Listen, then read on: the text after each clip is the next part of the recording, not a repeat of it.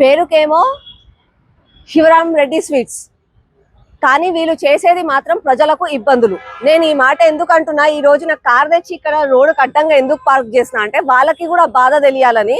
ఒక్కసారి ఇక్కడండి, గత 6 నెలల నుంచి ఇక్కడ ఒక డబ్బా ఉంది చూస్తారా, ఆ డబ్బా అడ్డంగా ఉంది, దానివల్ల ప్రజలు ఇబ్బంది పడుతున్నారు, కార్లు టర్న్ అవ్వట్లేదు అని చెప్పి, ఎన్క్రోచ్ అవుతుంది రోడ్డు అని చెప్పి చాలా మంది కంప్లైంట్స్ ఇచ్చారు 6 నెలల నుంచి. గవర్నమెంట్ తరఫున, జిహెచ్ఎంసీ తరఫున మేము ఫాలో అప్ చేస్తున్నాము, పోలీస్ ఫాలో అప్ చేస్తుంది. కానీ పెద్ద పెద్ద బడాబాబులు, కాంగ్రెస్ బడాబాబులు ఫోన్లు చేసి ఆ డబ్బా ఎలా తీస్తారు అని అడుగుతున్నారంట. అంటే కేవలం హైడ్రా బుల్డోజర్ పేద ప్రజల ఇల్లు కూలగొట్టడానికి. ఇలా బడాబాబులు ఏదన్నా తప్పులు చేస్తే మాత్రం ఎలాంటి రెస్పాన్స్ లేకపోతే అలా. నేను ఒకటే అడుగుతున్నా, ఒకవేళ మీ ఫ్యామిలీస్ లో మీ రెండు ఏమైనా ప్రాబ్లమ్స్ ఉంటే, ఏదైనా అయితే ఆ డబ్బాని తీసుకుపోయి మీరు డీల్ చేసుకోవాలి. కానీ ఓపెన్ గా ఇలా పబ్లిక్ కి ఇబ్బందులు పెట్టుకుంటూ అది తేలేంత వరకు మేము డబ్బా తీయము అని అంటే ఎలా?